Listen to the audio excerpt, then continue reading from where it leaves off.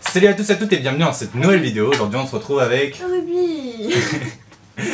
Donc aujourd'hui on va vous présenter deux comics, tous deux de chez DC, édités chez Urban Comics. Waouh, il y est arrivé. On n'a pas fait exprès, comme d'habitude. Donc moi je vais vous présenter Before Watchmen et Ruby. Mad Love.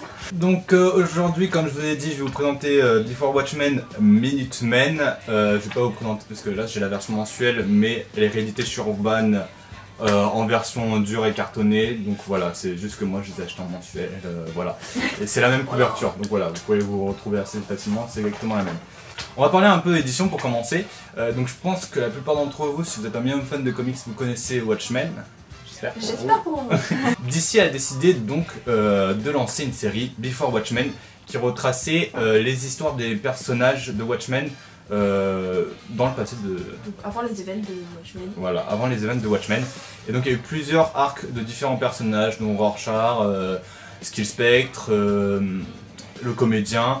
Donc tous n'étaient pas ouf, surtout le comédien que j'ai pas trop kiffé. Mais le reste c'est vraiment du très très bon. Ils avaient foutu des putains d'auteurs dont Brian Azzarello qui n'avait pas donné le meilleur de lui-même cette fois-ci. Brian Azzarello qui a fait le Joker juste derrière. Et aussi il y avait Len Wein, Darwin Cook, chez Michael Straczynski qui avait travaillé sur Spider-Man, qui a fait le meilleur run. Enfin, ils avaient foutu que des bons auteurs. Et donc moi je vais vous présenter la série que j'ai préférée, celle des Minutemen, qui retrace donc l'histoire des personnages de la bande de super-héros qui étaient auparavant des Watchmen. Donc si je vous parle de ce comic, c'est pas pour rien, c'est d'abord pour rendre hommage à l'auteur et l'artiste qui était Darwin Cook, qui est décédé il y a d'ici là une semaine je pense à peu près, et qui était vraiment un artiste génial, et on a perdu un grand auteur du monde du comics. Et voilà, je tenais à lui rendre un hommage avec cette petite review. Aussi, si je parle de ce comics, c'est aussi parce que c'est l'une des premières séries que j'ai commencé à lire en comics. C'est par là que j'ai commencé, c'est avec Watchmen et ensuite Before Watchmen. Donc voilà, il y a quelque chose de très affectif dans cette série, et d'autant plus que ça m'a attristé la mort de ce grand artiste. On se retrouve donc avec Ollie Mason, le premier hibou, qui était un des premiers super-héros dans l'univers Watchmen. Ollie Mason nous raconte ses histoires durant les années 1940 aux États-Unis, donc c'était hors du conflit de la Seconde Guerre mondiale pendant les années 40. Et donc du coup, on va voir comment le groupe des Minutemen s'est formé. Et Ollie Mason va dévoiler plusieurs secrets qui se trouvent autour de ces super-héros. Tout comme dans Watchmen, les héros sont vraiment ancrés dans notre réalité, et il y a vraiment un culte de la personnalité autour de ces héros, comme par exemple Skill Spectre et Bill Dollar, qui sont juste des images commerciales qui servent à promouvoir des entreprises. Donc par exemple, Skill Spectre, elle, a un agent.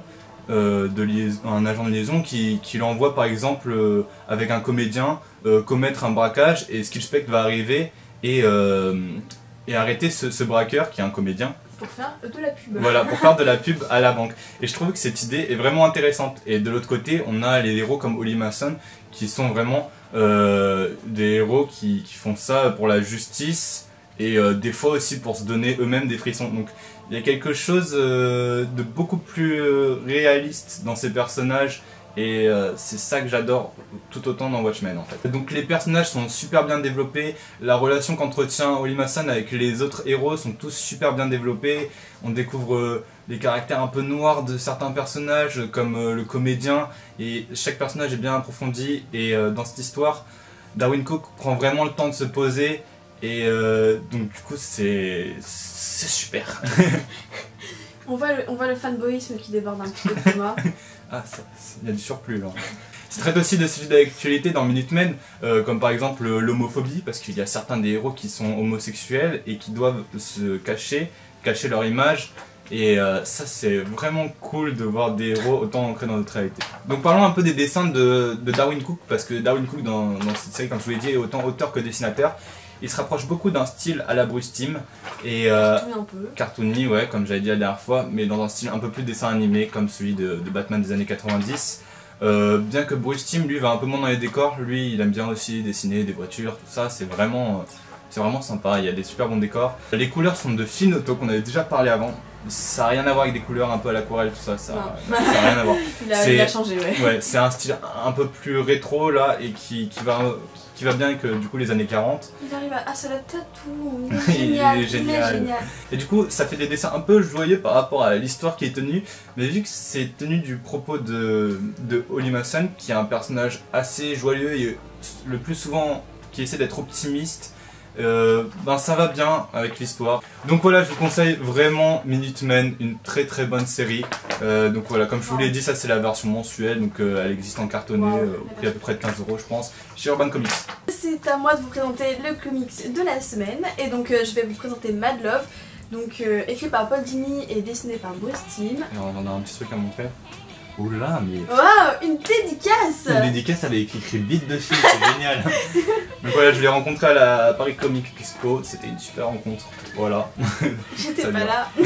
Donc ce qui est bien avec l'édition de Urban, c'est que en plus de l'histoire, il y a aussi donc la version ancrée de l'histoire, donc la version avec les croquis et juste l'encre, sans les couleurs, pour qu'on voit un peu comment ça s'est fait l'histoire. En plus, il y a la version avec des notes pour les couleurs, pour la colorisation. La version colorée originale de Bruce Timm. Voilà, et en plus à la fin, il y a deux petites histoires. Bonus. Deux petites histoires bonus que j'aime beaucoup. De Bruce Timm et Paul Dini aussi. Ouais, voilà, avec Batgirl et avec Batman. Donc l'histoire est assez simple, c'est l'histoire de Harley Quinn et Joker, leur rencontre dans l'asile, dans Arkham Asylum. Et donc comment Harley va tomber amoureuse de lui, et comment elle va devenir Harley Quinn, et comment ils vont essayer de capturer Batman. Voilà, l'histoire classique, la trame classique du truc, enfin de l'histoire de Joker et de Harley Quinn. Mais franchement, c'est écrit avec tellement... c'est un humour tellement particulier, genre vraiment c'est un humour que j'adore. C'est du point de vue d'Harley pendant tout le comics. Et aussi Paul Dini a eu plus de liberté parce qu'il faut savoir qu'il était aussi scénariste des épisodes et du dessin animé. Et donc ici il a eu le droit à plus de liberté vu que c'est une adaptation comics. Ouais. Et donc on a le droit ici lâché. À Harley Quinn en petite tenue au départ. Ouais. Elle est très souvent... Enfin, elle est... elle est un peu sexy par rapport un peu plus sexy par rapport au dessin animé. Donc les dessins, comme on s'y attend pour une histoire de dessin animé, sont vraiment très cartoon, et c'est vraiment des dessins que j'aime beaucoup. Je trouve que c'est ce qui va le mieux à Harley Quinn en fait, parce que Harley Quinn c'est un peu un personnage, pas grossier, mais c'est un personnage vraiment qui colle parfaitement au style du cartoon, et donc c'est vraiment pour ça que j'aime ce comics. C'est vraiment pour le style du dessin. Les couleurs sont géniales, les couleurs sont super simples, rétro, elles sont vraiment dessin animé. En fait on a vraiment l'impression de lire presque elles sont fidèles au dessin animé. Ouais, en fait on a vraiment l'impression de lire des captures d'écran du dessin animé, et c'est vraiment ce que j'aime parce que c'est... je sais pas, c'est nostalgique un peu, et ça colle tellement bien au personnage. Le Joker est génial, j'aime beaucoup comment le Joker est dessiné là-dedans. Bruce Timm a un trait hyper raffiné, c'est excellent. Et en plus il y a du mouvement partout, même dans les images fixes, il arrive à caler du mouvement partout, c'est vraiment génial. Les décors sont vraiment cool, ils sont très simplistes. Ouais, c'est très simpliste. C'est vrai, les décors sont super simplistes. Faut savoir que Bruce Timm n'aime pas du tout dessiner les décors. Hein. Ça se voit. Ça se voit. Mais du coup ça donne un... Mais du coup ça donne vraiment un style. Donc je reviens donc à l'édition. Ce que j'aime beaucoup aussi, c'est que on peut voir la version ancrée et la version avec les indices de colorisation. Ils sont vachement sympas pour... Qui apporte vraiment un bonus, parce que quand l'histoire est relativement courte, en fait ils ont voulu rajouter quelques trucs. Et c'est vraiment un bonus intéressant pour voir comment est fait une BD en fait. Surtout pour les dessinateurs en herbe comme nous. Voilà, et surtout que, sachant qu'on est dessinateur, c'est vraiment franchement bien. C'était une bonne idée. Ça nous apprend des choses. Il y a un peu le même dans Arkham Asylum où on voit... Oui. J'adore quand ils mettent des travaux de recherche de dessin, c'est vraiment cool. Et en plus, à la fin, donc on a les petites histoires donc, de Batgirl et de Batman. Et vraiment, c'est vraiment un dessin animé ce comics. Parce que les histoires à la fin, c'est exactement un épisode. On a l'impression de les avoir déjà vues 40 fois. Mais c'est génial, c'est vraiment rétro, c'est vraiment nostalgique. Pour tous les fans de la série des années 90, c'est vraiment ce qu'il faut avoir dans sa bibliothèque. Ouais. Et c'est vraiment montré, vraiment pour la première fois, vu de cet angle-là. C'était la première fois qu'on voyait les origines d'Harley Quinn à l'époque de toute façon. Et donc franchement, si vous aimez bien le personnage d'Harley Quinn, mais dans sa version délirante, pas dans sa version cinématique, ou dans sa version... Qui est hyper sexualisée de ouf maintenant. Ouais, voilà. Bon, après voilà, on peut aussi aimer le personnage comme ça. Là, elle est très sexy, mais elle est pas du... Enfin, on l'aperçoit pas comme ça. Elle est sexy, mais ça n'a pas ce côté érotique qu'elle a un peu maintenant. Voilà, et du coup c'est vraiment... la Harley Quinn délirante qu'on aime bien, genre la Harley Quinn vraiment... qui en a rien à faire du monde, qui en a rien à faire de... C'est vraiment son obsession sur le Joker, comment elle va Il y a une super préface aussi de Paul Dini sur les histoires d'amour et les obsessions qu'on peut avoir dessus. Et je trouve qu'il y a un propos caché aussi derrière ce comics et que Paul Dini l'a pas écrit pour rien. J'aime aussi beaucoup le scénariste Paul Dini parce que il a travaillé sur des épisodes de Lost et que donc c'était c'était vraiment les épisodes vraiment que j'ai préférés dans la série. Donc si vous connaissez pas Lost, allez voir. Si vous aimez bien Paul Dini, vous allez retrouver un peu son mystère là-bas. Il y a Brian Kevogan aussi, l'auteur comics qui avait travaillé sur Lost, si je me trompe pas. Ouais, c'est une éponge à scénariste. Allez voir, voilà, c'était le petit placement de fandom. Du coup, on conseille absolument Minutemen chez Urban Comics. Juste, j'avais une question sur est-ce que c'est possible de lire le comics si on n'a pas lu Watchmen? C'est vrai que j'ai pas parlé, mais voilà. vous pouvez lire complètement toutes les séries Before Watchmen sans avoir lu l'œuvre originale. Mais de préférence, lisez l'œuvre originale, c'est toujours mieux. Mais franchement, vous n'aurez même pas de problème de lecture ou de compréhension, c'est tout aussi bien. Parfait. Donc, lisez. Donc, lisez surtout Before Watchmen, Minutemen chez Urban Comics. Et Mad Love de chez Urban Comics aussi. Beaucoup de pubs pour Urban Comics aujourd'hui. Beaucoup de pubs pour Urban Comics. De toute façon, c'est les meilleurs. Je tenais aussi à faire une petite pub parce que j'en avais parlé brièvement dans un épisode de Game of Thrones, mais ça avait aucun rapport et j'avais pas vraiment parlé de sa page. Tite Fisto Serial Reviewer, allez voir sa page, ils m'aident beaucoup et il y a un contenu vachement sympa où il propose chaque jour plusieurs dessins, soit de dessinateurs amateurs ou professionnels. Ça peut vous permettre de découvrir des artistes français qui émergent ou on a aussi des auteurs connus que vous ne connaissiez pas avant. C'est vachement sympa et il propose aussi des reviews, comme le dit son nom, sur différents comics. Mais c'est pas un contenu vidéo, c'est un contenu blog écrit. Et c'est vachement sympa pour tout fan de comics. Donc je vous invite vraiment à y aller. Oui. Et donc aussi, on voulait vous annoncer une petite nouvelle. Une super nouvelle. Une super nouvelle qui arrive à notre échelle, donc.